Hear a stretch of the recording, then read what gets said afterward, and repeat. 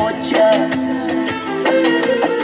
من مردی مهاجرم از وطن دور از آجه شدم جدا گشتم رنجور